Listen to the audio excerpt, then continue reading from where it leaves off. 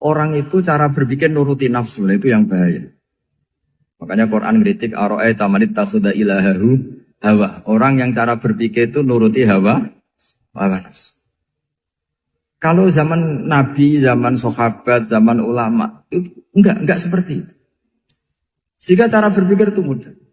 Makanya kata Nabi absyiru ya ma'syaral muslimin kata. Kamu harus senang ya ma'syaral muslimin.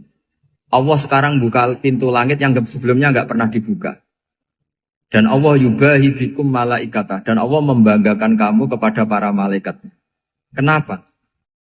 Umatnya Muhammad, umatnya Rasulullah Muhammad SAW, itu kalau sampean kepengen mati setiap saat itu baik, itu resepnya gampang kata Nabi. Addu faridotan wantadzoru ukhra. Jadi Allah memberitahu, ya Muhammad umatmu ini luar biasa. Jadi misalnya tadi kita sholat subuh, ditanya, Bahak kamu sekarang ngapain? Nunggu sholat duhur ya. Setelah sholat duhur ditanya lagi nunggu apa asar. Sehingga faman kanat hijratuhu ila Allah wa rasulih fa hijratuhu ila Allah. Jadi kalau ya sudah ini tak ijazahkan. Kalau setelah sholat subuh nunggu apa? Duhur. Setelah duhur nunggu. Sehingga ketika kita mati itu statusnya penunggu sholat. Tapi kamu kan enggak miskin. Kenapa? Penunggu kaya. Ya, itu enggak masuk surga itu. Penunggu kemapanan. Berarti kan menunggu sesuatu yang seleranya nafsu. Beda kalau penunggu sholat. Berarti kamu di dunia menunggu ritual ibadah. Maka di antara ijazahnya Nabi apa? Addu faridotan wantadzoru ukhra. Melakukan satu fardu. Kemudian kita menunggu tugas berikutnya. Jadi ini hati saja setelah subuh nunggu apa? Duhur. Setelah duhur, meskipun kita di perapatan. Apa? Nunggu asar ya. Tapi ya asar betul, jangan nunggu tok pas asar ndak. Jadi sebetulnya umat ini gampang sekali. Jadi di antara kebanggaan Allah, yubahi itu Allah bangga dengan malaikatnya adalah umat ini adalah addu faridotan wantadzoru ukhra, melakukan satu fardu kemudian menunggu fardu yang lain. Dari mengkhidmati kampus, ingin mengkhidmati masyarakat, dari satu masyarakat lokal Semarang menjadi sampai sekarang sampai Banjarmasin, Unisula mau bikin kampus di sana terus gitu. Dari satu tugas ke tugas yang lain. Makanya Islam diajarkan setelah satu tugas selesai, faida faruhtafan sok. Jadi sehingga hidup kita itu dinamis. Dari satu kebaikan menunggu kebaikan lain, dari satu kebaikan menunggu. Sehingga hidup kita ngapain? Nunggu satu kebaikan. Ini sudah masuk faman kanat hijratuhu ila Allah wa rasulih, fa hijratuhu ila Allah wa rasulih. Sehingga bayangkan kalau kita direkam Allah. Gusti kula ampun mati nak jaring sugih. Wis melarat puluhan tahun, sakit, nunggu sesuatu sing sifatnya nafsu, kepengin sugih. Sugih tok aja cukup. Tahu buruh wong sing tahu ngenyek ndekne lho, itu kan urung-urung wis dendam. Saya belum mau mati sebelum kaya dan buruhkan orang yang pernah melecehkan saya. Wis ngono akhirnya mati urung sugih. Berarti wis fakir matine hasud. Mau itu ngenes dunia akhirat kan kira-kira seperti itu. Kamu santai aja kalau fakir berarti meringankan hisab karena ada banyak harta. Yang mau dihisab papanya enggak punya apa-apa. Jadi saya mohon sekali ya, Islam itu mengawal kebahagiaan. Sebab itu sampai bahagia itu menjadi perintah Islam, kul bi fadlillah wa bi rahmati fa bidzalika falyafrahu. Karena dengan bahagia bi taat diharapkan orang Islam itu tidak bahagia atau cari kesenangan lewat jalur Mas. Sehingga ciri utama wali apa? Ala inna awliya Allahi la khaufun alaihim wa lahum yahzanun. Sehingga ulama dulu itu rileks-rileksnya. Termasuk yang saya ceritakan tadi, Imam Ahmad, Imam Syafi'i. Itu melihat apa saja rileks. Ya tadi kalau disenangi orang ya barokah, punya kawan kebaikan. Nak dineng ya barokah dineng di gedingi tonggo rada utang, ngeranjuk tulo gitu. Jadi rileks saja. Masyhur itu Imam Syafi'i ngendikan waman asaa ilaika faqat atlakoka. Orang yang berbuat buruk sama kamu, hakikatnya adalah membebaskan kamu. Atlako itu apa? Membebaskan. Enak gak jadi hidup gitu? Kalau kamu kan enggak, kok gedeng aku salahku apa? Malah kamu ujub tuh, orang kok gak tahu salahnya. Kamu jadi suami, istrinya ngomel, kurang apa saya sebagai suami? Ya kurang banyak, ndak ganteng, ndak kaya, ndak ini. Malah kalau diterangkan malah parah toh. Ya sudah rileks saja. Kalau dia ngomel ya tadi, alhamdulillah dapat pahala tanpa apa? Biaya. Terus ngomel kan butuh energi, paling yang tidak kuat 3 jam. Nanti juga berhenti apa? Terus ambil nilai positifnya. Misalnya ngomel sama suaminya, bagus lah. Kalau ngomel sama tetangga malah kayak apa gitu aja udah. Jadi ulama dulu itu gampang sekali melihat melihat hidup. Rasulullah ya gitu, melihat hidup tuh gampang saja. Ketika tanya, ya Aisyah apa ada sarapan? Tidak ada ya Rasulullah, ya sudah saya tak puasa. Jadi enteng saja. Kadang-kadang beliau ingin puasa, ya puasa sunat, ada sarapan nggak jadi puasa. Rileks. Nabi itu rileks. Kalau ngajari kebaikan juga rileks. Nah sekarang itu banyak orang yang karena mungkin kurang baca, Islam tuh kayak menjadi aturan yang bengis, yang repot, yang mengekang. Itu tidak seperti itu. Yuridu wa bikumul yusra wala yuridu bikumul usra. Allah menghendaki agama ini mudah. Sehingga ada sahabat di Imami Mu'ad itu baca Baqarah. Sahabat ini pekerja petani, mufarokoh ditinggal. Ketika Mu'ad lapor, ya Rasulullah ini ada orang munafik, tengah-tengah sholat mufarokoh saya ditinggal. Yang disalahin itu tidak yang ninggal tapi Mu'ad. Afattanun anta ya Mu'ad, kami ini tukang fitnah. Masa ngimami petani pakai surat Baqarah? Jadi yang disalahkan ini imamnya. Kalau kamu jadi imam, sholatnya ya yang cepat. Makanya terus banyak orang kecepatan karena tadi. Jadi Nabi itu enteng sekali. Jadi apa ya? Nabi itu beda dengan yang kita bayangkan beda. Nabi pernah ngaji di masjid, kemudian ada tetangga lewat pakai cangkul ke kebun. Semua sahabat gerutu. Ini orang tidak benar. Ada Nabi ngaji ditinggal saja ke kebun tidak ikut ngaji. Jawabannya Nabi tidak. Itu bagus itu ikut sunnah saya. Kenapa ya Rasulullah? Dia kerjanya nyari halal. Dan untuk menghidupi keluarganya itu juga ajaran saya. Sehingga yang ngaji ya ajarannya Nabi, yang nggak ngaji karena kerja mencukupi keluarga juga ajarannya Nabi. Segampang ini. Oh, kalau kayaknya kamu kan, wes gak roh akhlak kan gitu. Nabi rileks saja naga gini. Sampai bisa lihat itu di bab Fadhailul Kasbi. Makanya ini penting sekali supaya orang itu berpikir Islam atau mendakwakan Islam itu berdasar sanad ya yang muttasil yang pernah dilakukan Rasulullah SAW. Sesuatu yang dilarang Allah itu pasti madharat. Maka untuk melarang seseorang bergantung sama narkoba misalnya atau hal-hal yang bahaya pada fisik, itu satu tentu bagi ahlullah, tentu karena takut Allah. Tapi banyak masyarakat yang memang benar-benar bisa meninggalkan narkoba karena efek buruknya ganja. Bahwa itu mengakibatkan sakau, mengakibatkan tidak sadarkan diri, mengakibatkan kebangkrutan ekonomi macam-macam. Sehingga mereka benar-benar benci sama yang namanya narkoba. Jadi di antara manhajul Quran itu kalau mentakbih, memburuk-burukkan maksiat itu mesti dikritik innahu kana fahisyah. Innahu kana fahisyata wa makta wa sa'a sabila. Innahu kana fahisyata wa sa'a sabila. Diulang beberapa kali. Sehingga dibutuhkan kecakapan untuk menganggap satu hal yang buruk itu fahsyah, sesuatu yang enggak rasional, sesuatu yang tidak positif, sesuatu yang pasti berdampak negatif.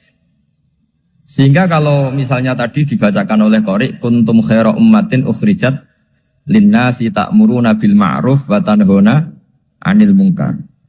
Untuk berhenti dari kemungkaran itu satu takbihun litil kal munkar atau litil kal munkarat, bahwa mungkarat itu kita cap, kita stigmasi bahwa itu buruk sekali. Seperti Nabi mengajarkan pemuda tadi, masa kamu suka ibu kamu digitukin lelaki lain, putri kamu, bule kamu, bude kamu, sehingga orang ini pikirannya termindset betapa buruknya zina. Sama seperti kita sukses memindset betapa buruknya narkoba, betapa buruknya bahan-bahan terlarang. Begitu juga seterusnya, terus pengkhianat dan sebagainya. Tapi problem manusia adalah dia itu akan mencari kebahagiaan atau kesenangan sesaat. Maka caranya gimana? Keinginan senang lewat maksiat ini dilawan dengan nyaman dengan taat. Saya ulang lagi, nyaman dengan taat. Sehingga ulama dulu punya kalimatul munajat, artinya kalimat hubungan pribadi sama Allah yang menjadikan orang itu nyaman. Dan ini yang diajarkan kitab-kitab tasawuf. Kitab tasawuf itu sukses mengajarkan melihat alam raya ini semuanya nyaman, termasuk yang mengecewakan. Itu dianggap nyaman. Saya berkali-kali mengajarkan ilmu ini karena ini musalsal ila Rasulillah SAW. Itu pernah suatu saat Imam Ahmad itu dipanggil sama tetangganya, anak muda. Tentu Imam Ahmad ini orang yang sangat soleh, sangat waroi, sangat tunduk sama perintahnya Allah dan Rasul. Pemuda tadi manggil, ya Ahmad, datang ke rumah saya. Imam Ahmad datang. Setelah sampai ke pemuda tadi, sudah pulang lagi, saya tidak butuh kamu. Pulang lagi. Setelah sampai rumah dipanggil lagi, ya Ahmad, datang lagi. Datang lagi. Oh, saya tidak jadi butuh, pulang lagi. Sampai 3 kali. Dan itu perangai ekspresi Imam Ahmad itu atau ulama lain yang sesoleh beliau itu nyaman, indah. Beliau tetap senyum-senyum nyaman. Beliau tidak tersinggung, tidak terprovokasi, tidak, ya pokoknya tidak tersinggung, kelihatan nyaman. Lama-lama pemuda ini terus tanya, ya Ahmad, kamu saya perlakukan seperti ini kok tidak tersinggung? Kamu senyum-senyum saja, happy-happy saja. Jawabnya Imam Ahmad itu unik. Wahai pemuda, saya kamu panggil itu senang sekali. Karena kata Nabi, kalau kamu iman dengan Allah dan Rasul, maka hormatilah tetangga. Jadi saya senang. Karena nuruti perintah Allah untuk menghormati tetangga. Jadi tidak ada urusannya dengan kamu. Kagetnya kayak apa? Jadi dipanggil tetangga ya senang karena melakukan perintahnya Allah dan Rasul, yaitu ikramul jar, fal yukrim jarum. Disuruh pulang, kamu ingin saya pulang, ya saya pulang. Disuruh datang, ya saya datang. Jadi saya tidak tersinggung, saya tidak ada urusan dengan kamu. Urusan saya dengan Allah Subhanahu wa Ta'ala. Itu kalau bapak-bapak istrinya ngomel terus sabar itu ya bagus. Saya tidak punya urusan. Kalau kamu terprovokasi oleh istri, berarti kamu didikte oleh makhluk. Masa seorang rektor didikte makhluk? Kan tidak keren. Apalagi seorang Habib didikte makhluk, kan gak keren. Yang bisa mendikte kita hanya Allah Subhanahu wa Ta'ala. Dan Allah mendikte kita, mengajarkan kita wa ashiruhunna bil ma'ruf fa in karihtuhunna fa asa an takrahu shay'an wa yaj'alallahu fi khairan katsira. Jadi cara melihat istri kita bawel gitu atau cerewet, alhamdulillah ini ada pahala tanpa modal, cukup sabar. Kalau istri kamu sedang mesra, malah mintanya ke mall, malah biayanya tinggi. Murah mana dapat pahala dimarahin sama saat mesra minta ke mall? Milih yang pertama kan? Nah ya itu tidak usah modal. Ya gitu aja. Jadi kalau istri sedang marah, bawel, anggap saja ini rezeki. Dapat pahala tanpa apa? Biaya. Nah, kalau pas rukun malah nantang ke mall, biayanya malah tinggi. Jadi ulama dulu itu melihat dunia itu happy. Pernah Imam Syafi'i dikasih tahu, orang yang tadi nyium tangan kamu ya, itu di rumah menghujat Anda. Jadi dia sopan hanya di depan Anda, kalau di luar menghujat Anda. Jawabnya Imam Syafi'i lucu. Ya baguslah. Yang cerita ini kaget. Kenapa bagus ya Aba Abdillah? Kalau manggil Imam Syafi'i ya Aba Abdillah. Ya berarti saya masih wibawa, di depan saya tidak berani katanya. Jadi dipandang enteng saja. Jadi kalau kamu, di depan kamu, istri kamu tidak berani belanja, tidak ada kamu belanja banyak. Anggap saja Anda wibawa. Jadi enteng saja. Pernah Imam Syafi'i dikasih tahu, separuh dari kampung Anda itu gak suka kamu. Ya bagus lah. Kenapa? Oh nak rukun malah bakal utang katanya gitu. Kira-kira yang utang itu yang rukun apa yang neng-nengan? Yang rukun. Jadi enteng saja. Masyhur itu makalahnya Imam Syafi'i. Waman asa'a ilaika faqad atlaqaka. Orang yang berbuat buruk sama kamu berarti membebaskan kamu. Kalau saya sedang nenengan sama Habib Hasan Toha Putra, beliau naik Alphard gak nawarin saya sah karena baru nenengan. Tapi kalau sedang rukun malah harus repot mana? Rukun sama ndak rukun? Repot rukun sebetulnya. Jadi Imam Syafi'i itu happy saja. Kalau sedang rukun sama tetangga ya dianggap rukun itu satu kenikmatan. Sedang nggak rukun ya dianggap satu kenikmatan. Jadi orang dulu itu serilek itu melihat dunia. Kalau kita kan enggak, ego. Wah saya ini suami kok dimarahin istri. Wah ini egonya bangkit. Padahal egonya bangkit itu ada kebodohan di situ. Yaitu seorang rektor didikte seorang istri, seorang makhluk. Apalagi kalau Anda daftar wali itu tidak akan jadi wali. Ini wali kok tunduk sama makhluk. Karena didikte apa? Makhluk. Maka Imam Ahmad ketika tetangganya bully gitu ya santai saja, beliau happy. Ketika pemuda tadi eskal janggal, kenapa kamu gak tersinggung ya Ahmad? Memangnya saya harus tersinggung gimana? Kan tak panggil tidak jadi, tak panggil tidak jadi. Hei pemuda, saya ini tidak punya urusan dengan kamu. Saya nuruti kamu karena perintahnya. Saya senang melakukan perintah Allah, harus berbaik sama kamu. Sampai 3 kali. Ajarkan Muhammad atau katakan Muhammad pada umatmu, sebaiknya atau seharusnya mereka hanya gembira dengan melihat fadlnya Allah dan rahmatnya Allah. Ini harus kita pahami mulai dari konstruksi yang paling pokok, yaitu akidah. 2 ahwal. Ahwal itu 1 perilaku sosial. 3 mutammimat, sesuatu yang tidak pokok, tapi kita butuhkan dalam mengawal hidup ini. Saya beri contoh, itu sampai maksiat, itu karena cari kesenangan. Misalnya baru penat itu, ingin seneng, ada orang yang macam-macam lah, ingin melihat maksiat, apa itu pornografi, apa nyabu, apa macam-macam. Itu sebetulnya agama punya konsep yang luar biasa, yaitu seharusnya seseorang itu gembira. Gembira dengan ketaatan.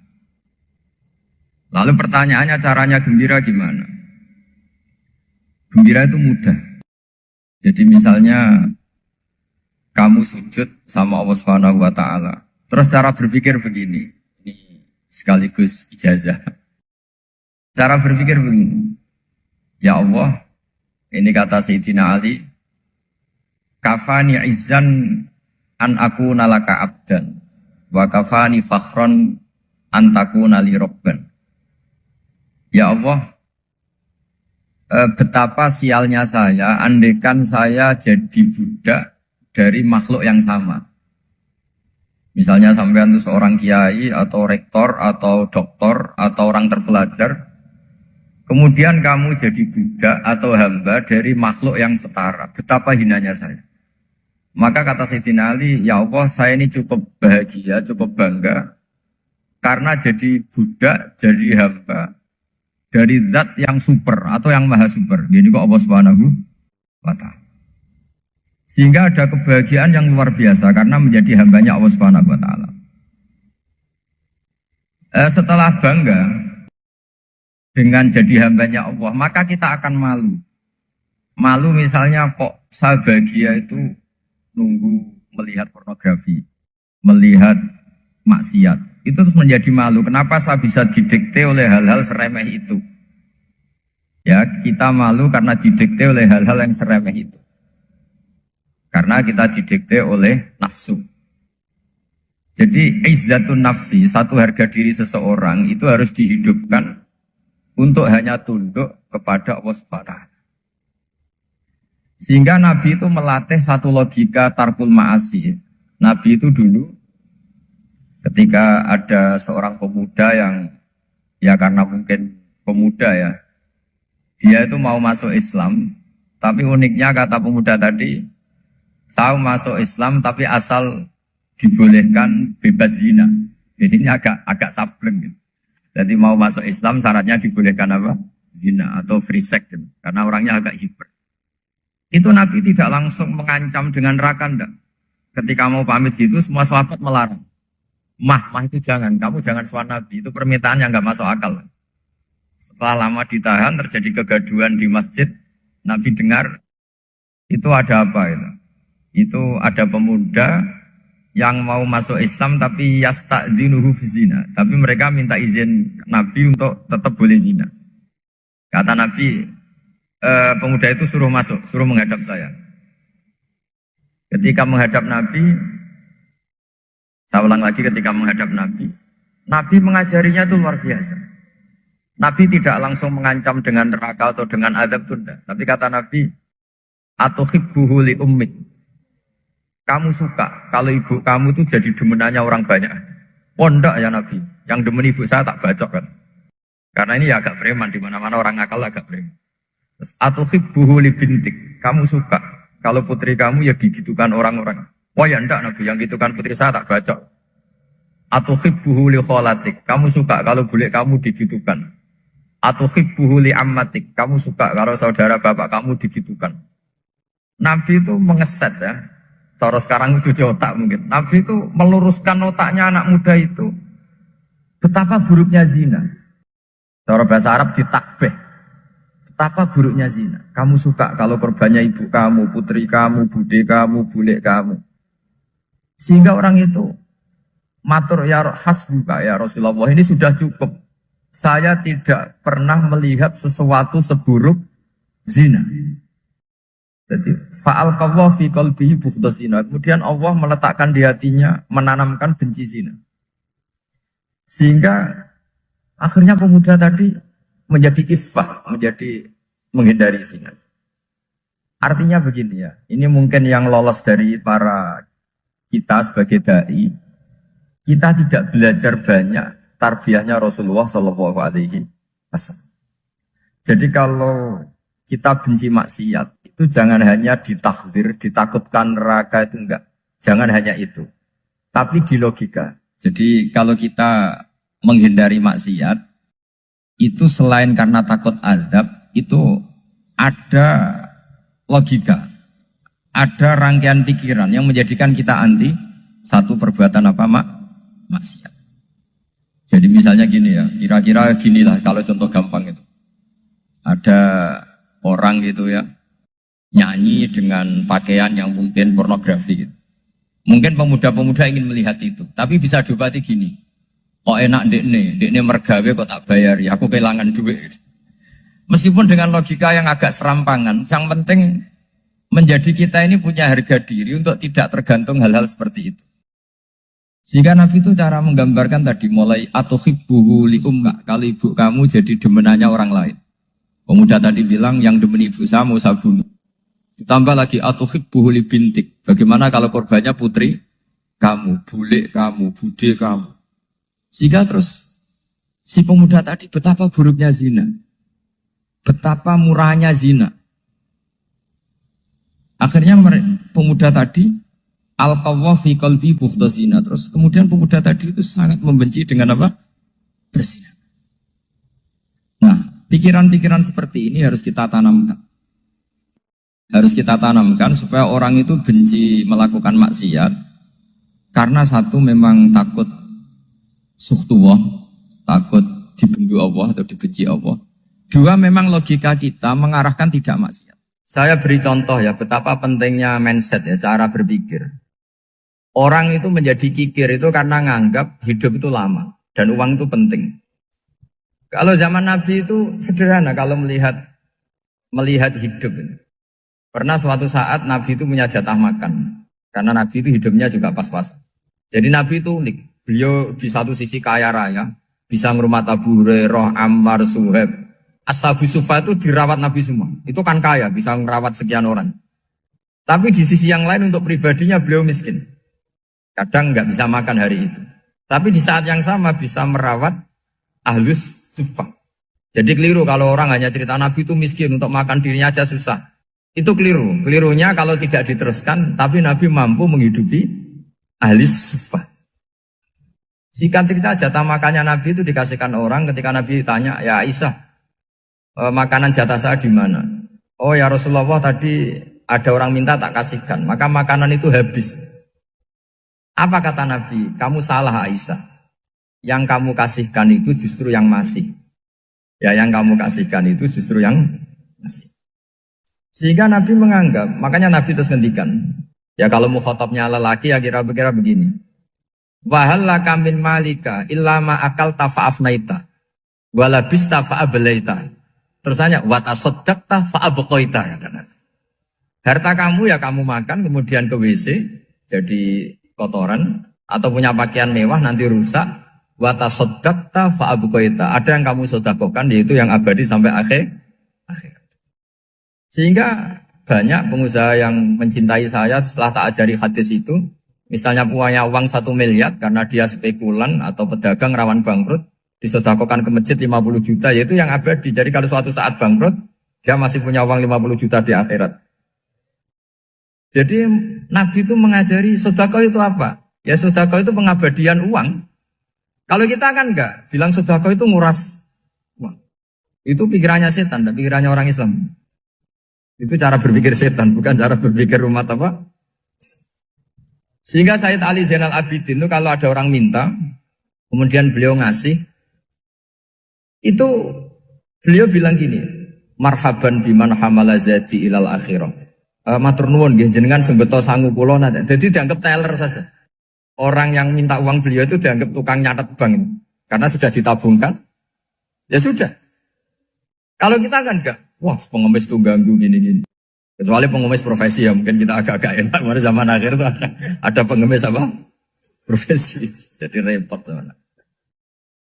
Terus tak beri contoh lagi kebahagiaan ketika kita milih Islam moderat. Islam kita diajarkan guru-guru kita, utamanya oleh guru kita Mbah Maimun. Saya juga sering ketemu beberapa ulama dunia, termasuk Habib Umar. Saya juga ikut sowan ke sini pas beliau sama Habib ini Hasan Toha Putra di sini sama orang-orang moderat. Itu cara berpikir juga luar biasa indah. Beliau pernah cerita ya, beberapa ulama lah, banyak yang cerita itu. Saya pernah diceritani seorang alim ketika ada orang ekstremis itu mau ngebom di tempat maksiat. Kebetulan yang maksiat itu kebanyakan ya orang Islam. Karena di negara yang mayoritas Islam. Ditanya sama Syekh Sa'rawi. Syekh Sa'rawi itu mufassir top di mana? Mesir. Ini mau tak habisin karena mereka orang Islam kok maksiat terus. Terus ditanya sama Imam Sa'rawi. Laumatu ala khini ma'asihim aina masiruhum. Kalau mereka mati dalam keadaan maksiat, mereka kemana? Ya ilanar, mereka pasti masuk neraka. Terus ditanya sama Imam Sa'rawi. Wahal masiruhum ilanar muradun nabi amlan. Punya umat maksiat kemudian mati masuk neraka, itu yang diinginkan Nabi apa enggak? Ya tidak aja. Ya sudah, enggak usah dibom, ditunggu tobatnya kata.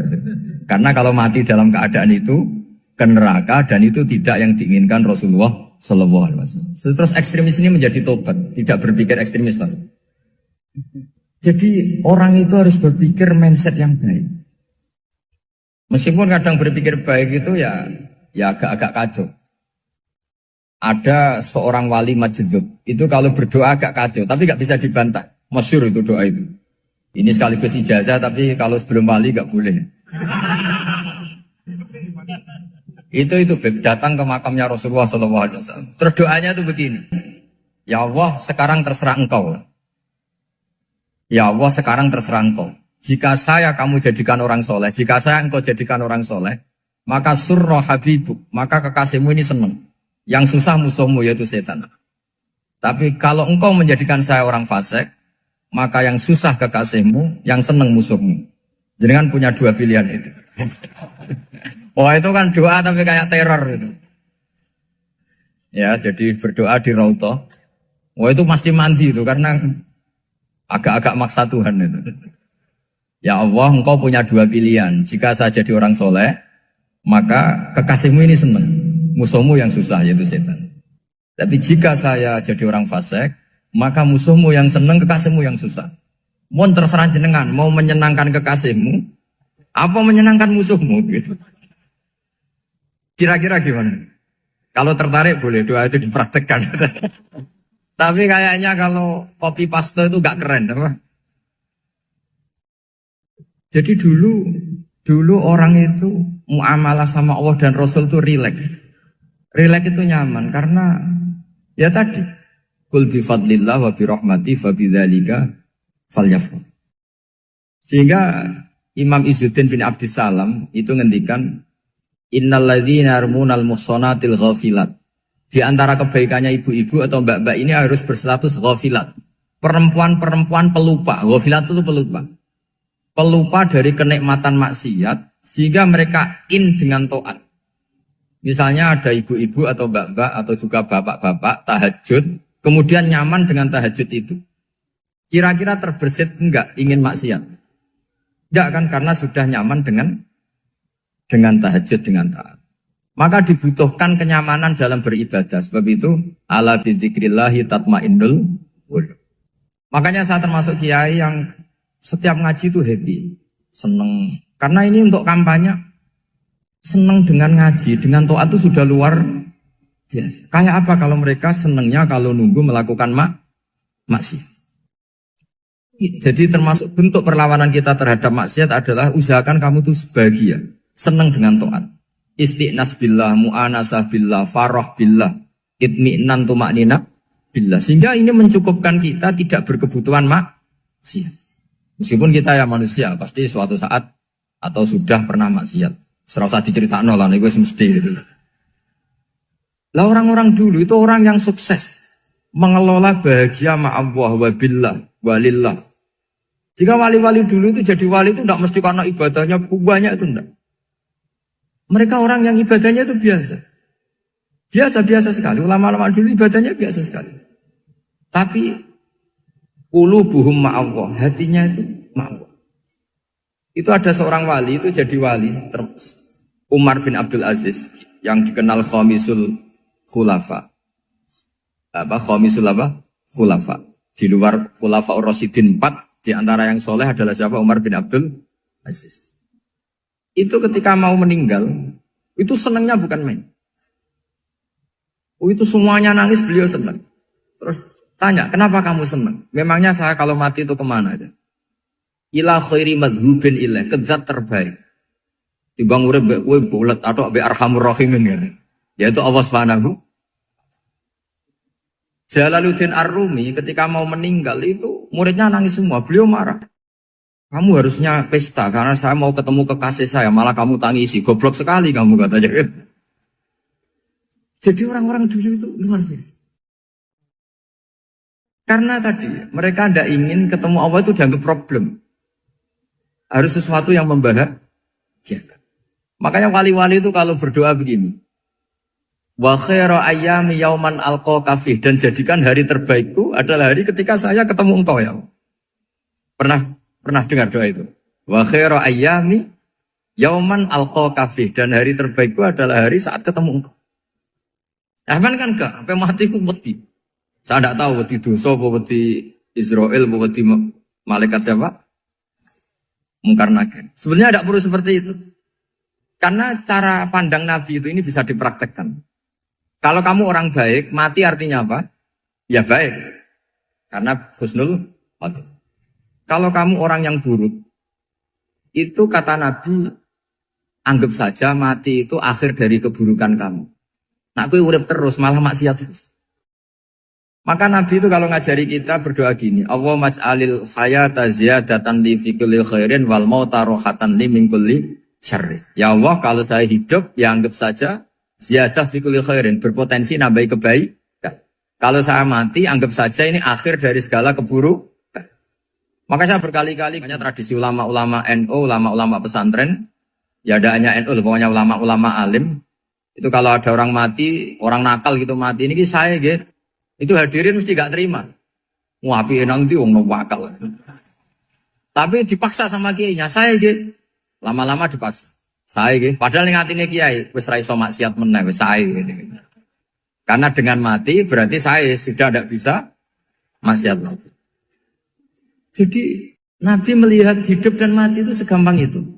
Kalau al-hayata ziyadatan li fi kulli khairin wal mauta rohatan li min kulli syarr.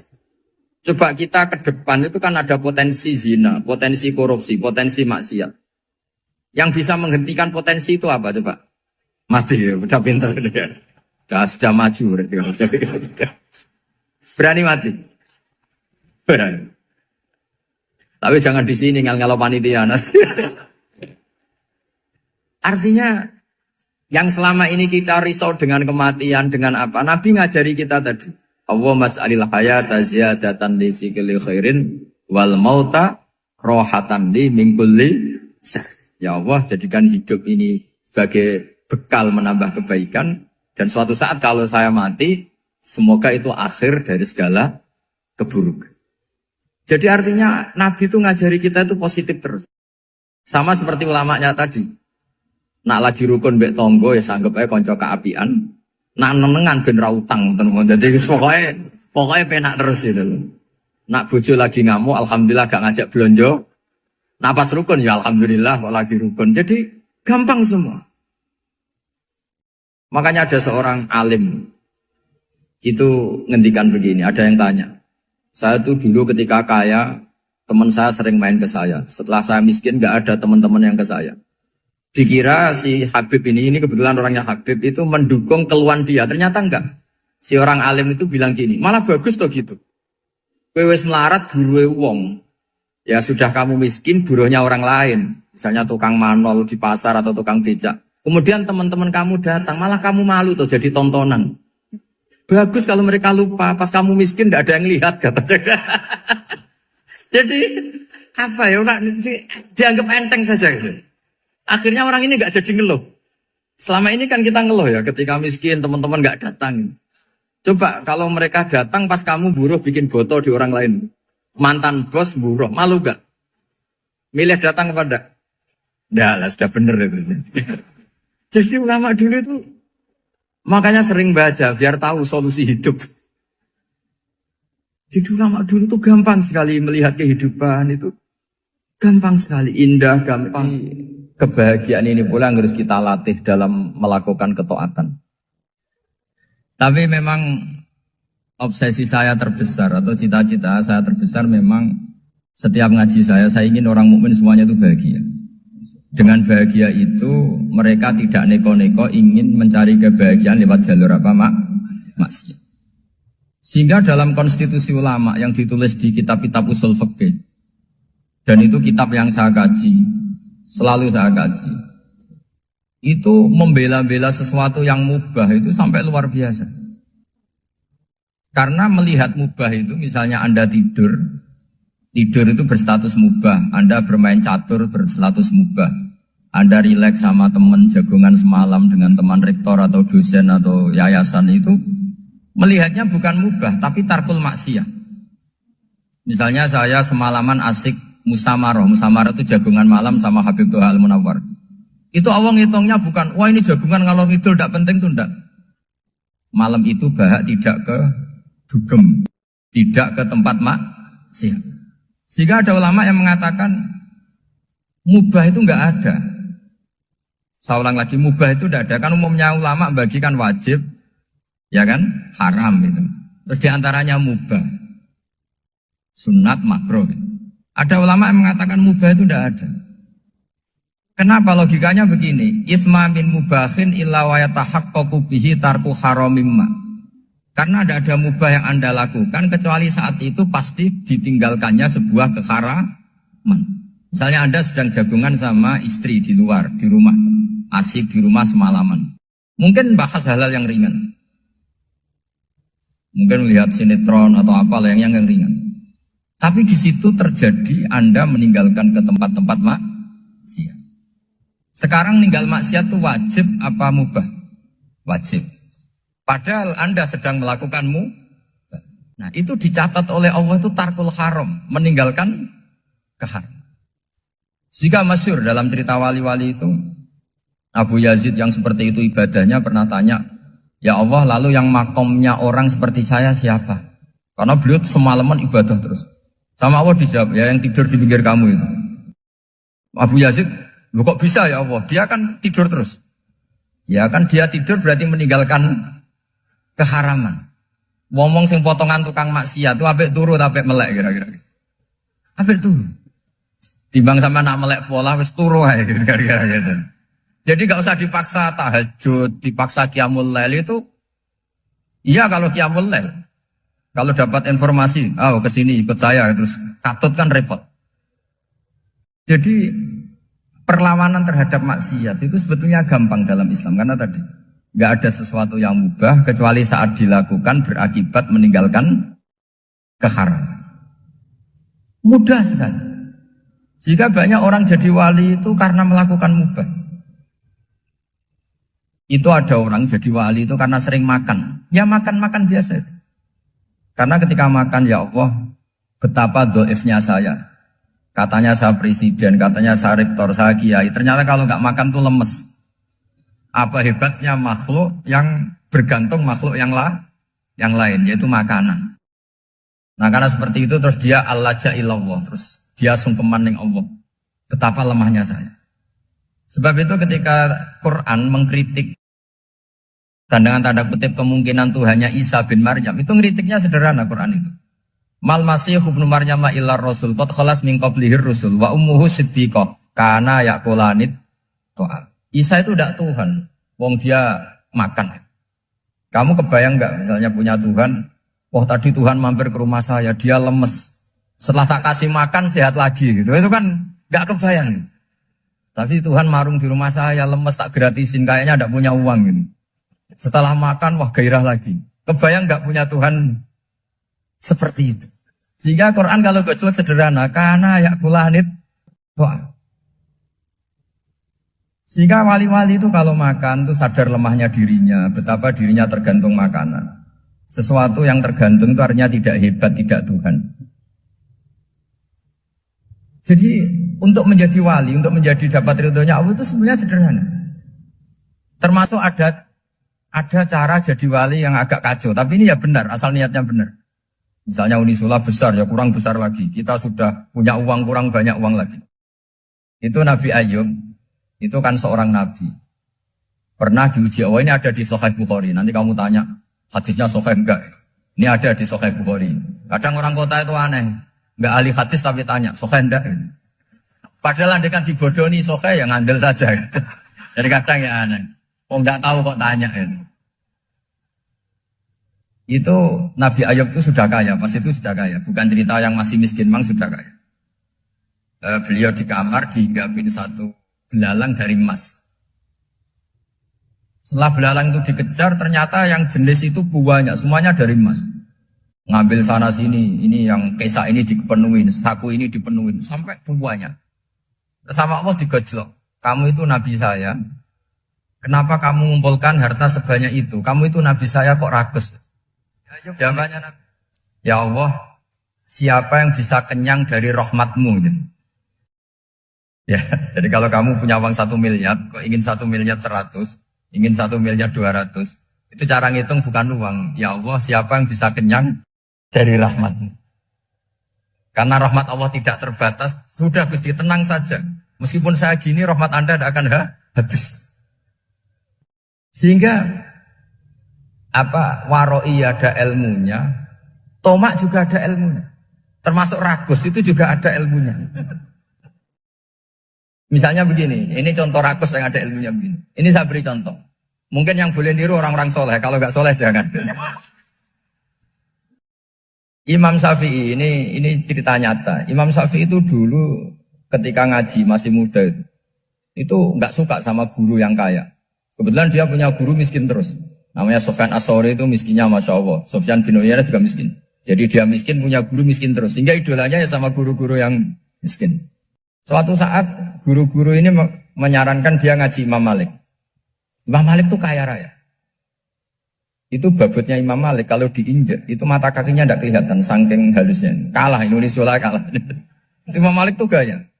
Kalau ngaji di kursi tinggi terus pakai bukhur itu, pakai dupa Arab yang mahal. Pokoknya mewah kali Imam Malik. Terus dia mulai ini kiai kok kaya. Kemudian setelah beliau alim, tanya, saya harus ngaji siapa setelah ilmu jenengan habis kira-kira gitu. Kata Imam Malik, sudah, kamu tidak usah perlu ngaji saya, kamu sudah alim alama. Terus Imam Malik datang ke Baki. Zaman itu Baki itu semacam kayak rentalan ya, semacam Grab lah kalau dulu. Mana kafilah yang mau ke Irak? Ya sudah terus, oh kita mau ke Irak. Ini antar ke Muhammad bin Hasan As-Syaibani. Itu dibiayai sama Imam Malik. Grabnya ya dibayarin, itu kafilahnya itu ya dibayarin. Imam Syafi'i disangoni surrotan min dhahabin. Jadi satu kepes uang dikasihkan. Itu pernah tak hitung semurah-murahnya itu sekitar 60 juta. Imam Syafi'i mulai mikir, kiai yang saya kritik lomo, sing kiai miskin tak puji, gak pernah ngamal kan, tentu orang miskin. Setelah datang ke Muhammad bin Hasan As-Syaibani, beliau itu pakar usul fikih, muridnya Abu Hanifah. Beliau al-usuli, pakar usul fikih. Itu Muhammad bin Hasan As-Syaibani itu kalau ngitung emas, itu di ruang tamu. Uangnya miliaran, emasnya banyak. Dari kota ini dipindah ke kota ini. Mas, kalau ngitung di ruang tamu. Bukan di kamar, di ruang tamu. Imam Syafi'i tambah kaget. Imam Malik kayak gitu sudah soal malah ini kaya raya. Setelah Imam Syafi'i kelihatan kaget, digojlok sama Muhammad bin Hasan Asyibani karena beliau senior. Atak jabu min hadza, kamu aneh melihat ini? Iya. Kenapa? Ulama kok kaya raya. Terus kata Muhammad bin Hasan, ya sudah, uang ini tak kasihkan orang-orang fasik, binti gue demenan, gue nyabu, gue macam-macam. Oh jangan, nanti dipakai maksiat. Pun jenengan mawon sing sugih. Semenjak itu Imam Syafi'i rubah.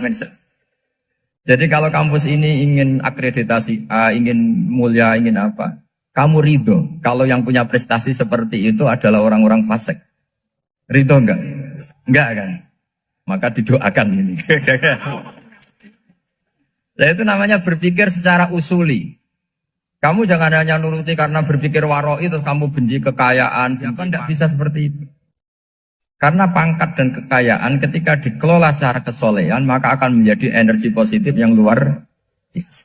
Semenjak itu Muhammad bin Hasan Asyibani berhasil mendidik Imam Syafi'i. Sampai akhirnya keterusan Imam Syafi'i berpendapat kalau orang Islam bisa bikin rumah tingkat kok punya rumah reot itu haram. Akhirnya keterusan. Kalau bisa jadi bupati kok jadi ketua RT juga haram. Karena al-Islam ya'lu wala yu'la alaih. Islam itu luhur bukan bisa diluhurin. Sehingga rata-rata orang Syafi'iyah termasuk kiai-kiai Indonesia itu rata-rata ya agak-agak politikus. Ya agak-agak kedonyan, mungkin sebagian kedonyan tenan gitu. Karena gak ridho gitu loh. Kalau kesempatan itu dikuasai orang fasik kemudian menjadi kekuatan maksi.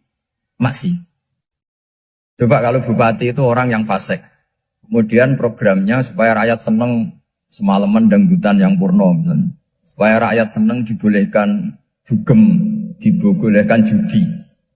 Tapi kalau yang jabat orang soleh kan ada beberapa perda yang menolak penyakit apa? Masyarakat. Jadi kamu jangan melihat bahwa kepangkatan ini hanya sebagai alat korupsi, alat otoriter, enggak. Asal kena orang soleh maka ini menjadi energi kesolehan atau energi positif. Sebab itu ketika Allah muji para nabi yang soleh, diantaranya disifati apa? Faqad ataina ala Ibrahim al-kitab wal hikmata, terus ayat wa atainahum mulkan azim. Dan Nabi Ibrahim dan keluarganya tak kasih kerajaan yang besar. Nah sekarang masih banyak orang yang cara pandang ngapain bikin unisula yang megah, ngapain berambisi punya akreditasi A dan sebagainya. Menyoal seperti itu salah secara usul fikih. Karena secara usul fikih kesempatan yang baik tentu harus diperjuangkan oleh orang-orang yang soleh. Karena ini supaya jadi otoritas yang positif. Itu dulu ada latihannya. Jadi orang dulu itu gampang sekali ketika milih miskin ditanya, kenapa miskin? Saya ingin hisab saya ringan. Tapi ketika mereka kaya, yang soleh, supaya harta ini tidak dipakai orang yang nanti dipakai maksiat. Kita misalnya orang soleh mau pangkat, karena kita ada ridho, kepangkatan itu dipegang orang maksiat, kemudian menjadi energi maksiat. Begitu juga seterusnya. Maka ulama dulu itu rileks. Sampai Nawawi Al-Bantani itu nanti bisa dicek di tafsir Qul hal yastawil ladzina ya'lamuna wal ladzina la ya'lamun. Beliau muji-muji ulama. Kemudian ada seorang yang agak hasud mungkin. Tanya begini. Hebatnya ulama itu begini-begini. Terus ditanya, tapi kenapa kita sering melihat ulama ngantri proposal di rumahnya bupati gitu. Sementara bupati enggak pernah datang ke ulama ngaji ihya. Jawabannya Imam Nawawi itu unik. Ya karena ulama itu tahu gunanya uang, sehingga nyari uang untuk pondok, untuk masjid. Sementara bupatinya tidak tahu gunanya ilmu, maka tidak pernah ngaji. Jadi ya ringan saja nih. Jadi ya sudah seperti itu. Jadi kalau ada ulama kedonyan, anggap saja karena tahu gunanya uang. Jadi kenapa ulama ngantri di kabupaten, bukan bupati ngantri di ulama jawabannya? Karena ulama tahu gunanya uang, sementara bupatinya nggak tahu gunanya ilmu. Ya, kira-kira gitulah. Ada ustadz tidak ganteng, kesensem rondo cantik, karena tahu gunanya ustadz itu. Artinya tahu gunanya kalau saya nikah nanti punya anak jadi gus, kan dia kiai gitu. Tapi rondone raro gunanya dia karena miskin gitu. Jadi ulama dulu itu rileks. Rileks menafsirkan apa saja itu rileks, termasuk saat terpojok. Itu rileks. Karena semuanya dianalisis pakai ilmu. Sehingga ciri utama wali itu apa? Ala inna awliya Allahi la khaufun alaihim walahum yahzanun. Enggak ada rasa takut, enggak ada rasa gampang. Karena melihat sesuatu itu gampang saja. Saya ulang lagi, melihat sesuatu itu tiang-tiang muka safah. Wong-wong nakal nggih ana indikasi ini sing disebut Quran ta'rifuhum bisimahum ketok kabeh. Mulane gone surat Rahman disebut yu'raful mujrimuna bisimahum fayukhadhu bin nawasi napa wal aqdan. Dadi wong sing dosa-dosa kok raine ketara, gambar mesum, gambar buta. Lah hal begini ini yang sekarang oleh ahli mukasafah dititeni. Mulane wali-wali ku roh, nak wali tenan, irai gendo, rai saleh roh tenan. Mergo marisi ilmu mukasafah Allah. Wong kena didelok kok baduke. Yen simahum fi wujuhihim min asaris. Mulane zaman cerita-cerita tentang NU zaman panjenengane Mbah Karim Nirboyo yen wonten mubalek terkenal diundang Nirboyo. Iku Mbah Karim nom kiai-kiai sing wali mubalek ngono kok mbok undang, bathuke ono gambare Palu Arit. Habis suatu saat tenan jebule dekne ku pro PKI to. Nah, tiang-tiang muka safah-safah. Wah, hasil neraka ku ruwet-ruwet gambarane. Sale mangkane yo ngombe dikebani Pak. Tapi dorong tasawuf iku ora penting kabeh. Yang jelas neraka mari lara mergo simbol sangka ora diridani pangeran. Swarga mari hebat mergo simbol iku diridani pangeran. Liyane ora penting. Ya sesuatu yang jadi tidak diridani pangeran wis mari lara kabeh. Ini wa angkala wajhima wa tu'amad khusati wa adaban apa? Halimah nggih. Lan sampeyan balik teng ilmu tasawuf. Kula bolak-balik matur ya. Semua bentuk penggambaran Tuhan tentang neraka itu menyakitkan. Sesakit-sakitnya neraka itu masih sakit karena itu bentuk wujudnya suhtuwah. Bentuk ngoniku ora diridani apa. Nah swarga saenak-enake swarga sing mari enak tenan iku bukti iku simbol ridha Allah. Simbol nak ning swarga berarti diridani apa. Niku tok. Mergo nak penyiksaan fisik iku iso ilang mbek fisik. Nggih gampang to nggih. Sampeyan disileti lara, diketoki lara, mergo sampeyan waras. Sekali sampeyan dibius, diodel-odel ya ora kros. Nggih, Pak. Artinya penyiksaan fisik e diodel-odel wetengem lara ora nak mergo krasa sadar lara. Sekali dibius ya ilang lara. Mulane sampean kudu sadar, Allah luwih bijak timbang manusa. Allah nggambarno siksa-siksa neraka mari lara iku perkarane ora kok perkara siksane. Innaladaina aku Allah iku gawe siksa ning ahli nar. Artinya keputusan Allah nyiksa kuwe lho sing mari lara. Kok Allah pangeranem kok gedengku kuwe. Lah swarga mari enak ya mergo ridane Allah. Paham ini kowe eling-eling niki penting. Mergo nak sampean nganti terjebak perkara fisik. Ini wow, saniki banyak pakar-pakar sing ngungkit-ngungkit perkara neraka piye kondisine. Sampeyan dadi Mu'tazilah. Mu'tazilah cerdas ra karuan. Nanti saiki Mu'tazilah berpendapat neraka wis warga urung ana. Kedalile jare Quran kan gak mungkin barang luwih gede kok ning barang sing luwih cilik. Di swarga tok arduha samawati napa? Wal ard. Karena saiki ana didakok endi? Ana ulama jawab, pokoke nang wis ana mbok ning ndi. Lah ya ning ndi jenenge sik donya, padahal swarga dhewe ambane sak do. Lah nek Mu'tazilah sik ngotot urung ana swarga. Lah ahli sunah kok sampean pokoke wis ana. Dalile Nabi Adam. Sampeyan nak ngaji ning kitab-kitab tauhid kisah Adam. Kok Adam ditokno ke swarga. Berarti swarga rak wis ana. Jare Mu'tazilah iku swarga ora arti swarga sing sok ben gawe swarga kebon ngono. Oh lah deh ke cara Ki Hamid Bedowi Lasem. Jogeman anak kuliah no IAIN kok jadi sholat jadi raso. Goni IAIN ono jurusan filsafat, ono jurusan perbandingan mas. Jadi artinya akidah sini di sini diubak-ubak akhirnya bapaknya pusing. Pusing-pusingnya dia terus ngaram no anaknya kuliah campur aja duit ada filsafatan. Sengentek ada duit filsafatan. Mereka agama ngoten niku, agama mbok soal mbek akal iku ora ono bare. Nggih. Nah ini gua kados wis jagung, sampe kula tak cerita nyata.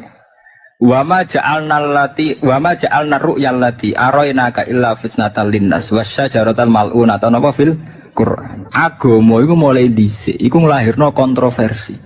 Jadi ora Gus Dur tok sing kontroversi. Agama mulai lahir iku sing gawa kontroversi. Ketika Nabi Muhammad cerita ning neraka iku ana sajaratus sakum. Innaha sajaratus sakum. Ning neraka iku ana wit jare Abu Jahal pengen alih Muhammad oleh Dian. Ndekne cerita-ceritane dhewe jare neraka panase pitung panase donya. Lah ana upet ora mati dadi angus. Jare panase ngono kok ana upet. Malane jare Quran wasyajaratal mal'unata fil Quran. Upet iku dadi fitnah. Artinya semua informasi agama itu dadi fitnah. Mergo nek ana upet lah terus wite iku ning ndi panase ngono kok ana iwak tuh galengin, wong ning neraka wis disuwiksa. Nganggo guweni pitung tikelan panase geni donya. Cara teori medis, ya mesti wis hancur lebur, wis ora iso ngrasakno ta. Wong kobong ning pasar Klender wis ora iso ngrasakno apa-apa, menawa wis kobong tek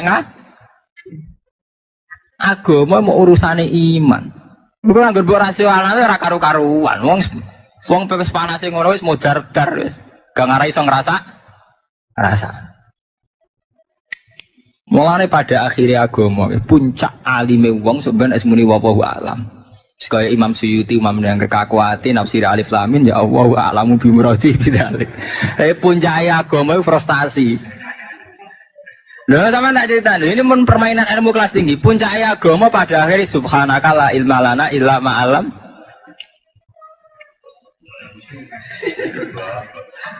Puncak agama itu akhirnya mbok ora roh. Sama tak cerita deh, malaikat itu rais pol-polan parek mbek pengiran. Wong jare ini malaikat wong paling parek. Iku wae janggal mbek keputusane Allah. Ketika Allah di keputusan ini jailun fil ardi napa khalifah. Aku iku gawe pengganti ning bumi sing rupa manusa. Iku pertama reaksine malaikat sepundi. Dianggap keputusan sing kontroversi. Sian. Mulane malaikat yo protes, ataj'alu fiha may yufsidu fiha wa asfikut dima wa nahnu nusabbihu bihamdika wa nuqaddisu. Gusti, jadi reputasi ini tukang mengalirkan darah. Malaikat bener, menuso mulai zaman pertama Qabil Habil. Generasi pertama paten binatang mboten. Qabil mateni ha. Negara paling demokrasi paling modern kados Amerika, penggaweane nggih ngebom teng Irak ya wong mau mati bolak-balik. Wong paling modern penggaweane jebule enggak jauh-jauh dari masalah darah. Wong soleh-soleh atas nama soleh ya ngebom bunuh diri ya enggak jauh-jauh dari wayas ikut di timah. Sing soleh sing ora soleh pokoknya ya enggak jauh-jauh dari wayas ikut timah. Bahwa nahnu nusabbihu bihamdika nuqad sunah padha-padha khalifah layak kula Gusti. Penggaweane maca tas. Nyatane jawabane pangeran ora nerangno, mergo ngene-ngene ora. Jawabe pangeran enak. Ini alam malah tak lamun kowe ora apa. Artinya pangeran lara jawab. Berarti nak ono agama gak masuk akal ya perlu dijawab. Pangeran dhewe sing di dunya ora jawab. Kok kowe mela-mela jawab? Kowe trimo kiai ini paling banter. Pangeran ora jawab, cek kowe napa? Lah lara tak jawab wong ora iman. Apa nak jawab tambah iman? Soalnya jawaban tambah bulat. Lah nyatane tenan. Iku nak cerita versi Imam Nawawi, Mbah Syekh Nawawi sing aran Tafsir Munir. Mbok tenan mbok ora iki Syekh Nawawi. Nak wau tenan ana Qur'ane. Nah iki sing versi Syekh Nawawi. Yes, yang tadi bener, artinya akurat ada Qur'annya. Yang ini versi Syekh Nawawi. Syekh Nawawi Banten sing aran Tafsir Nawawi iku duwe versi terusane cerita ngene. Sesuai pengenan akhirnya nerangno. Iki versi Syekh Nawawi. Nggih kan ini lho, manusa iku duwe sahabat ana selingkuh, zina, gento barang perkarane mangan. Lah kowe soleh ora tau maksiat ora tau selingkuh perkarane iki takdir dadi makhluk sing ora mangan. Apa hubungannya Gusti? Ya hubungane ngene lho, gara-gara mangan di nafsu. Jadi manusa tak takdir di nafsu mergo mangan. Jajal soleh sudah ngalek mangan digaging terus nek ora kaya wong Arab TKW akeh sing hamil. Jajal gendo kaya apa ora mangan seminggu selingkuh ta ora? Wong mentale gendo gak mangan seminggu kira-kira selingkuh ta ora? Mboten to? Soleh sudah langit, mangan daging, kumpul rumondo, nara gawat. Wah, akhirnya malaikat nantang. Harut Marut. Mulane satu-satunya malaikat sing dianggap elek malaikat Harut Marut. Nantang. Ya ampun Gusti, kula kei nafsu. Ya tak jajal dikei nafsu. Warang dikei nafsu didono ning bumi. Lho iku roh wong wedok adus langsung selingkuh. Terus dari pangeran, manusa iku jek apik, zina ngenteni roh bolak-balik lagi zina. Kowe roh pisan wis.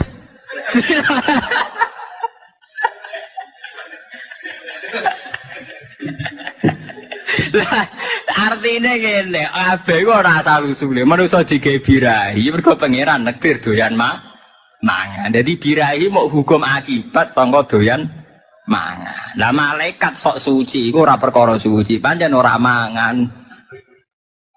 Tugasnya maca tasbih, mesti lha mau kula bangno Gwendowo Sundul Langit, agak mangan seminggu kira-kira zina ta ora?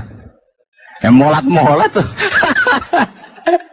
Lah iku sing dimaksud pangeran ini aklamu malah tak lamun ki ora apa-apa, iku sono hitung-hitungane ngono.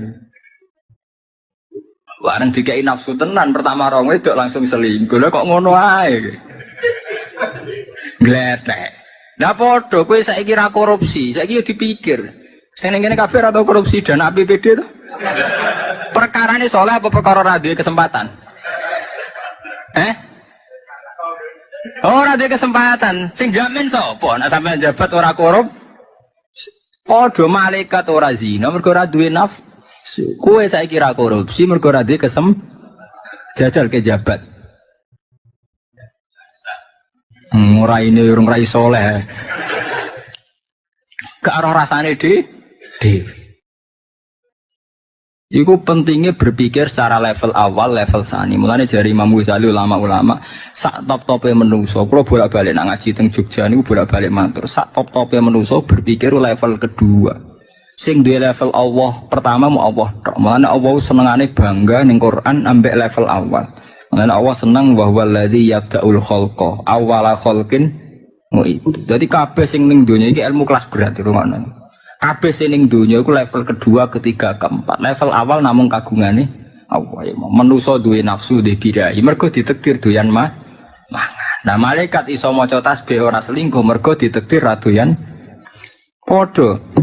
Contoh paling gampang, contoh nakalan tapi mesti bener. Teleke manusa ora jijik.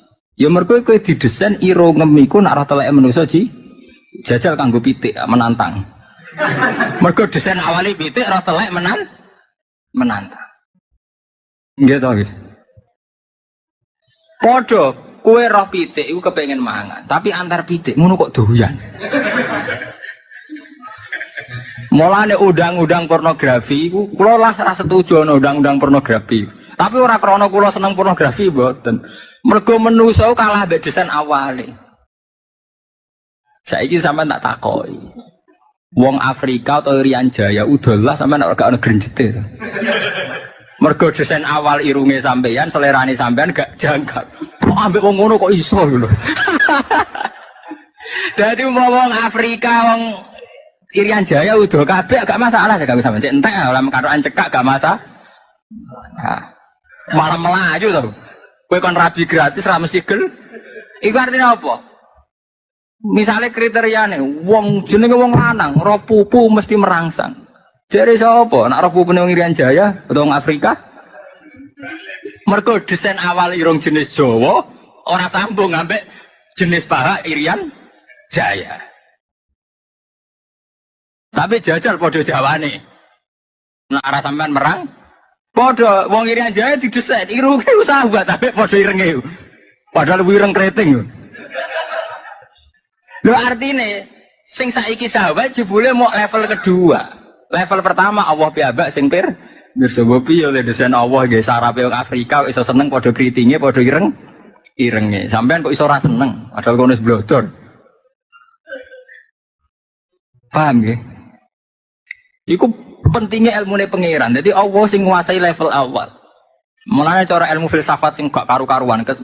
Nah, cara ilmu filsafat wonten al-aqlul awal, al-aqlus tsani iku mergo perkarane kabeh teori sing terjadi ternyata iku mau al-aqlus tsani, al-aqlus tsalits. Kali-kali tak warik ilmu kelas A, ora men ngaji klunak-klunuk swarga neraka, kali-kali guyonan ilmiah aja lebokno ati guyonan. Tapi kan masuk akal tadi. Podo-podo blodor, wong Afrika kira tertarik. Ya podo wong Afrika ora wong Jawa menawa ora tertarik. Wong kok cempeh kabeh.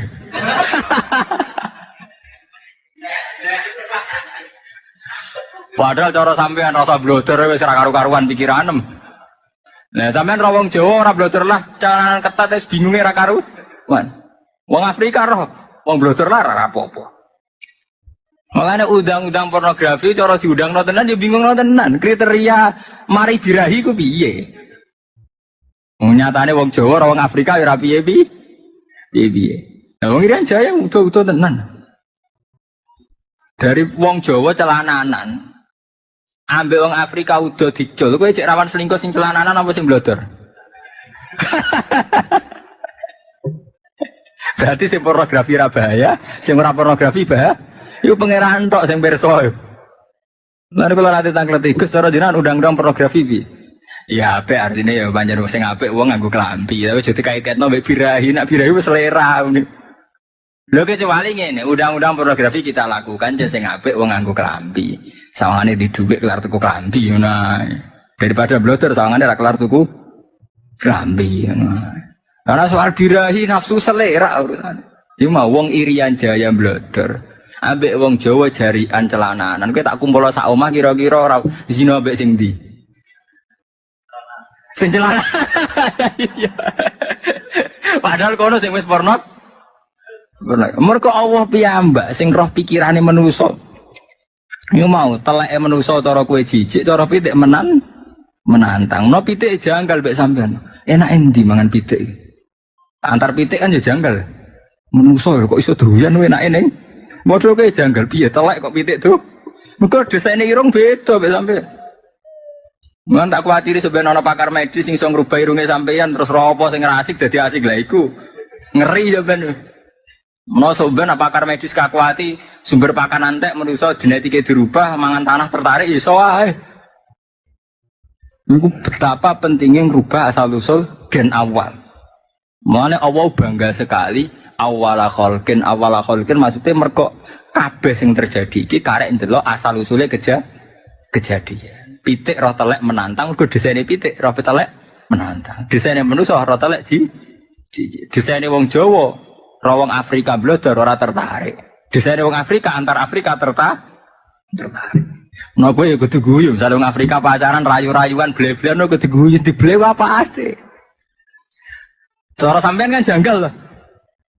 Asike ning ndi ngono. Lah padha wong Afrika ora sampean pacaran ora janggal. Asike ning ndi. Paham iku pentingnya ngaji. Jadi Imam Ghazali lah darani kabeh sing terjadi saiki namung level kedua, ketiga, keempat. Paham ya? Jadi cara istilah tiang-tiang sing pinter-pinter sing saiki ana iku lagi sebab apa wis akibat. Kok sampean bintung ini gitu, iku sebab apa akibat. Cara aku ada timbang sampean darani bodoh ada muni akibat. Akibat wis dhisik bapak aku ra sugih aku terus ra mondok. Dhisik kiai ku rapati ngalim akhire aku ra ngalim ada muni akibat ae. Timbang muni sebab sawangane sampean salah kan. Kula di kanca kurang ajare ra karuan, bocah melarat nganggur. Kowe kok melarat ngapalah bapakku. Lha piye? Engko bapakku sugih aku ora balas sugih. Tangan-tangan dia bener. Nah, engko kowe kerja sugih. Aku ora kerja lah bapakku sugih-sugih. Intine salah ke bapakku, ora iso. Aku mau akibat, pokoknya aku mau akibat. Tangan-tangan dia udah bener. Nah, nggih ora kerja lah anak Soeharto tetep sugih to. Ayo mulai tapi ilmu lu mbak jerok-jerok orang ngaji sing terjadi sebab akibat. Nah ngaji filsafat tuh mikirnya ngono-ngono mana tuh ora salat ora kuapok kiai-kiai sing anake kuliah sambil sak kabeh. Malah nih agama coba takokno secara akal. Memang agama itu banyak yang masuk akal tapi menyisakan misteri. Mengenai cara sulis, cara hadat alwi itu misteri ilahi. Kadang ya kena dijawab tenan itu mau agama itu membawa misteri. Zaman Allah kalian malaikat mawon ketika angkat manusia jadi khalifah, malaikat ge protes atas alufia majib situfia wasfikut dima. Akhirnya bareng Allah nerangno, kemudian malaikat nanti nemuni apa subhanaka la ilma lana illa ma 'allam tana innaka antal alimul hakim. Bukan kula terus nangis.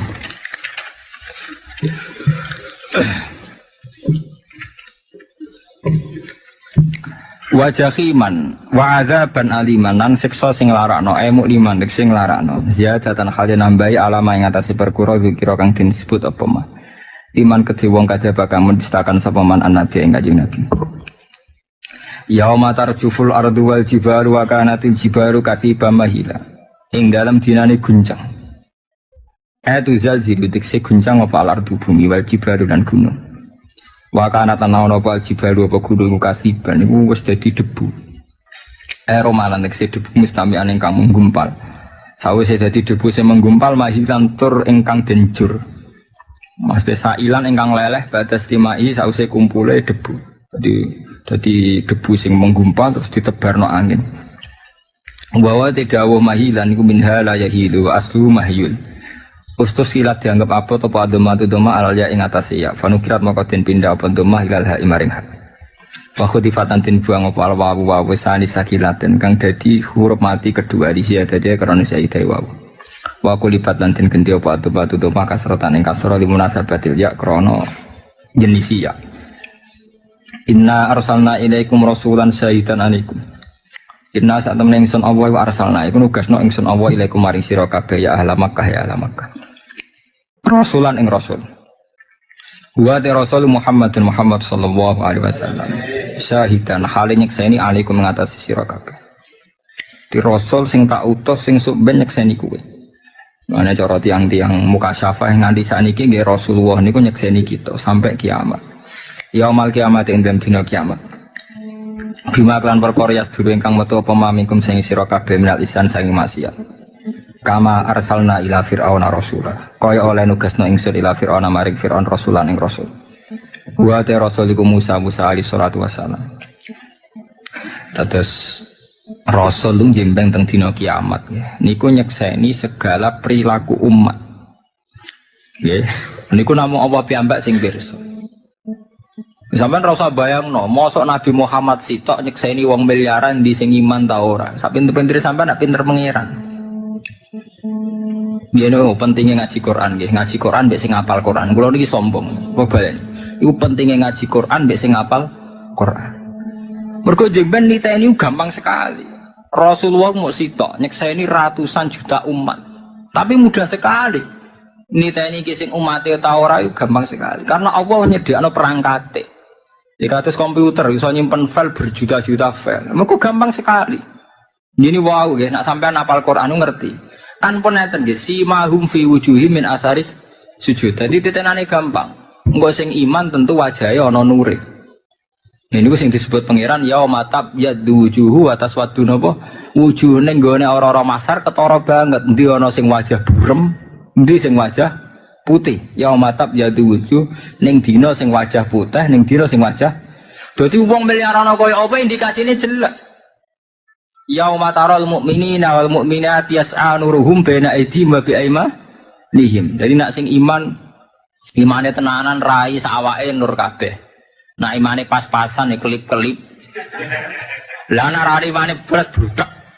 Jadi mudah sekali karena orangnya ada alamat. Ini semacam si mahum fi wujuhi min asaris sujud. Ini yaumatab yadu wujuhu watas wadun apa wujuh. Lah podo wong-wong nakal nggih ana indikasi ini sing disebut Quran ta'rifuhum bisimahum ketok kabeh.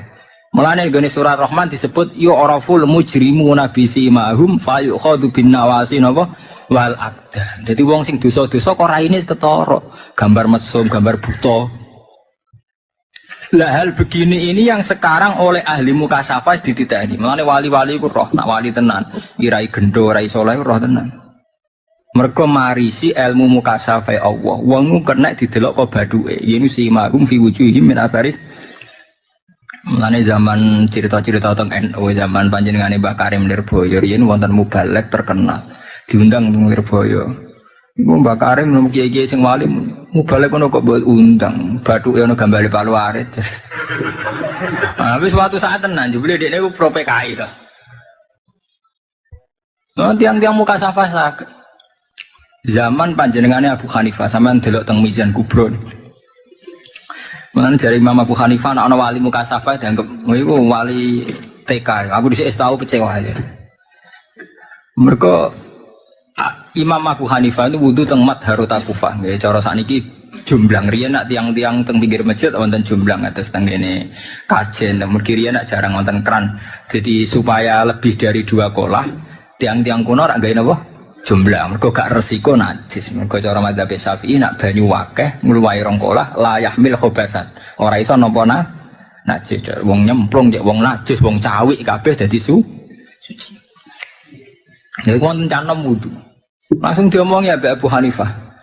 Tub min simai alatillah. Kowe iku tobat sangka ngrungokno alat lelahan. Sing kedua wonten tiyang wudu diomongin ya tub anisina. Kowe aja men zina wae. Wonten malih sing ketiga tub an uquqi walidayka. Kowe aja sering nglarakno wong tuamu. Akhire canom-nom mau jangkal. Ya Abu Hanifah, bima ta'rifu dzalik. Jenengan kok pirsa? Coba Abu Hanifah ngerti king banyu wudu. Jadi ngerti misalnya dosa ngrungokno gitar paling jadi kadal apa. Tapi nak zina jadi anjing go babi kowe. Nak nglarakno wong tuwa jadi kadang ngopo, tikus apa. Tapi beliau itu betul-betul mukasafah bahwa dawuh Nabi wudu nyeblokno dosa tahu betul. Misalnya dosa ringan ya jadi kadal. Itu banyak wali-wali yang mukasafah ndelok raine wong. Artinya nanti Rasulullah itu mudah sekali ndelok sing seneng beliau atau enggak karena mesti neng wajahnya yauman taral mukminin al mu'minatin apa yas'anuruhum baina aydihim wa bi aymanihim.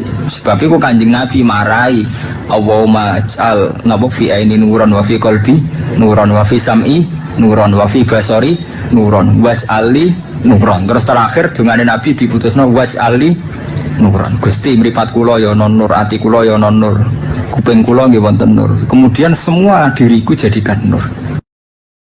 Jadi karena seakan-akan belum melakukan.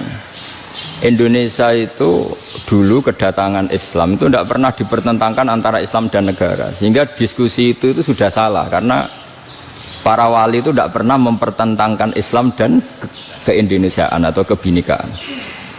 Satu bahwa para wali itu misinya dakwah. Di mana-mana dakwah itu pasti ketemu yang berbeda. Mulai beda agama, beda pilihan madhab, beda tradisi, beda kultur. Jadi itu tidak perlu dipertentangkan, tapi malah itu jadi lahan dakwah. Sehingga kita ini kalau diminta diskusi hubungan negara dan agama, malah bingung. Memangnya kenapa? Itu seperti dulu zaman P4, saya punya kawan di Jogja, teman saya nulis tafsir Profesor Zaini, itu pernah zaman Pak Erto disuruh sosialisasi P4 di Papua. Apa hubungan Pancasila dan UUD 45? Itu orang Papua jawab, hubungannya baik-baik saja Pak. Jadi yang unik itu ketika disuruh baca Pancasila, 1 Pancasila, 2 ketuhanan yang Maha Esa. Nah, akhirnya 6 kan? Kenapa Pancasila jadi 6?